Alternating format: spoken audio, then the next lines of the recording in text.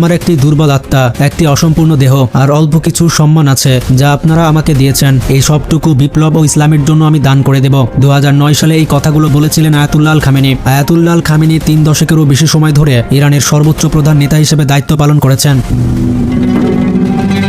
ইরানের প্রেসিডেন্টের চেয়েও তিনি বেশি ক্ষমতাধর ছিলেন। তার নাম শুনলেই ইসরায়েল, আমেরিকা সহ পশ্চিমা দেশগুলোর বুকে কাঁপন ধরে যায়। বিশ্বের বাঘা বাঘা মুসলিম লিডাররা পশ্চিমা অপশক্তির কাছে মাথা নত করলেও তাকে কোনোভাবেই দমানো যায়নি। Iran Supreme Leader Ayatollah Khamenei. What's wrong? Scared. কালো পাগড়ি পরিহিত ধবধবে সাদা দাড়ির বুড়ো মানুষটি একাই লড়ে গেছেন যুক্তরাষ্ট্র পশ্চিমা আগ্রাসনের বিরুদ্ধে। মুসলিমদের হয়ে গলা উঁচু করেছেন বিশ্ব দরবারে। তার নাম আয়াতুল্লাহ খামেনি, যাকে ইরানের সাধারণ জনগণ পাগলের মতো ভালোবাসে।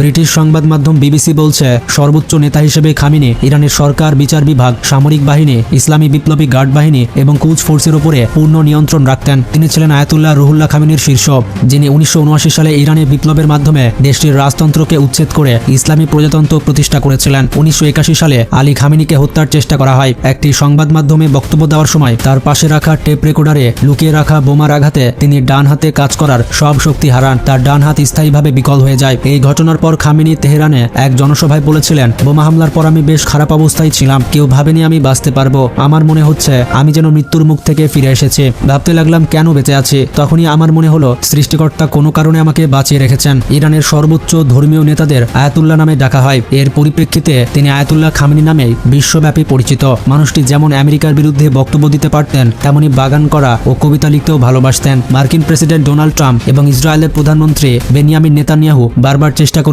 তাকে হত্যা করার, কিন্তু 2026 সালে এসে তারা সফল হয়েছে। 1939 সালে ইরানের মাসাদ শহরে জন্মগ্রহণ করা এই শিয়া ধর্মগুরু শৈশব থেকেই ছিলেন প্রখর, ধার্মিক এবং বাস্তববাদী। তার পুরো নাম সৈয়দ আলী হোসাইনি খামেনি। তার পিতার নাম সৈয়দ জাওয়াদ খামেনি এবং মায়ের নাম খাদিজা মির দামানি। মা বাবার 8 সন্তানের মধ্যে খামেনি দ্বিতীয়। এর মধ্যে তার 2 ভাই ধর্মগুরু। প্রথম বয়সে খামেনি তার গুরুগণ যেমন শেখ হাসেম কাজী এবং আয়াতুল্লাহ মিলানির কাছে ধর্মশিক্ষায় দীক্ষিত হন। বাবাকে অনুসরণ করে তিনিও ধর্মগুরু হন। 4 বছর বয়সে আলী খামেনি ভাইয়ের সঙ্গে মক্তবে পড়তে যেতেন। পরে তাকে অন্য একটি ইসলামিক স্কুলে ভর্তি করা হয়। খামেনি মাত্র 11 বছর বয়সে ধর্মতাত্ত্বিক হন। রাস্তার মাঝে তিনি যখন অন্য শিশুদের সঙ্গে খেলতেন, তখন ধর্মগুরুদের সেই পোশাক সামলানো তার জন্য বেশ কঠিন হয়ে যেত। মাসাদে সে সময় অনেকেই তাকে নিয়ে অনেক মজা করত। তার জীবনযাপন সহজ ছিল না, কিন্তু আলী খামেনি থামেননি। প্রাইমারি স্কুল শেষে তিনি আধ্যাত্মিক পড়াশোনা করেন মাসাদেই। বেশ কয়েকজন শিক্ষকের সহচর্যে দারুসে খারিজ নামে উচ্চতর পড়াশোনাও করেন তিনি। 1957 সালে মাসা ত্যাগ করে তিনি বর্তমান ইরাকের শহর নাজাফের উদ্দেশ্যে রওনা হন। কিছুদিন নাজাফে থাকার পর 1958 সালে তিনি আবার ইরানে ফিরে আসেন। 1958 থেকে 1964 সাল পর্যন্ত ইসলামী সামরিক একাডেমিতে ধর্মতত্ত্ব শেখেন। এ সময় তার সতীর্থ ছিলেন Ruhollah Khamenei. Sayyid Ali Khamenei ইরানি বিপ্লব চলাকালে আয়াতুল্লাহ রুহুল্লাহ খামেনির ঘনিষ্ঠ সহযোদ্ধা এবং বিপ্লবের অন্যতম গুরুত্বপূর্ণ ব্যক্তিত্ব ছিলেন। তিনি বেড়ে উঠেছিলেন শাহ মোহাম্মদ রেজা পাহলবীর শাসনামলে। তিনি ছিলেন ধর্মনিরপেক্ষ রাজা, যিনি ধর্মকে প্রাচীন আর সন্দেহজনক বলে প্রচার করতেন। সে সময় ইরান ও ইসরায়েলের মধ্যে ছিল গভীর বন্ধুত্ব। তারা পরস্পরের মিত্র ছিল এবং তাদের মধ্যে শুধু অর্থনৈতিক নয়, বড় ধরনের সামরিক সম্পর্কও ছিল। তবে সবকিছু 180 ডিগ্রি ঘুরে যায় ইরানে 1979 সালের ইসলামী বিপ্লবের পথে। একসময় স্বজন পোষণ, দুর্নীতি বিরোধীদের কণ্ঠস্বর দমন সহ একাধিক অভিযোগে রাজতন্ত্রের বিরুদ্ধে ফুঁসে ওঠে ইরানের মানুষজন, পথে নামে আমজনতা। 1979 সালে সারা দেশ ছাড়েন। ওই বিপ্লবের মধ্য দিয়ে ইরানে ক্ষমতায় আসে শিয়া মুসলিম সরকার। এই সরকারের মতাদর্শ পশ্চিমা মূল্যবোধ, ইসরায়েল বিরোধী। তারা মনে করে ইসরায়েল নিপীড়ন, পশ্চিমা আধিপত্যের প্রতীক, যার ফলে তারা ইসরায়েলের সঙ্গে সব ধরনের সম্পর্ক ছিন্ন করে। একই সাথে ইরান একাত্মতা ঘোষণা করে ফিলিস্তিনিদের সঙ্গে এবং ইসরায়েল বিরোধী সশস্ত্র গ্রুপ লেবানন হিজবুল্লাহ, ইয়েমেনে হুতি এবং গাজায় হামাসকে রাজনৈতিক, অর্থনৈতিক এবং সামরিক সহযোগিতা দিতে শুরু করে। এই 3টি গ্রুপকে ইরানের প্রক্সি বা ছায়াশক্তি হিসেবে বিবেচনা করা হয়। 1962 সালে ইরানের শহর কুমে আলী খামেনি যোগ দেন ইমাম খামেনির দলে। ইমাম খামেনি ছিলেন আমেরিকা ও শাহরেজারা বিরোধী। নির্ভীক এই মানুষটি পরবর্তী 16 বছর তার পদাঙ্কই অনুসরণ করেন। সৈয়দ আলী খামেনি ইরানি বিপ্লব চলাকালে আয়াতুল্লাহ রুহুল্লাহ খামেনির ঘনিষ্ঠ সহযোদ্ধা এবং বিপ্লবের অন্যতম গুরুত্ব ব্যক্তিত্ব ছিলেন। তিনি খোমেনির নেতৃত্বে রাজা মোহাম্মদ রেজা শাহ পাহলবীর বিরুদ্ধে রাজনৈতিক অভিযানে অংশ নেন। 1964 থেকে 1978 সাল পর্যন্ত তিনি বহুবার গ্রেপ্তার হন। 1963 সালের মে মাসে আয়াতুল্লাহ মিলানি এবং মাসাদের অন্যান্য ধর্মগুরুর কাছে শাহরেজার নির্যাতনের কথা গোপনভাবে প্রকাশ করতে পারার কারণে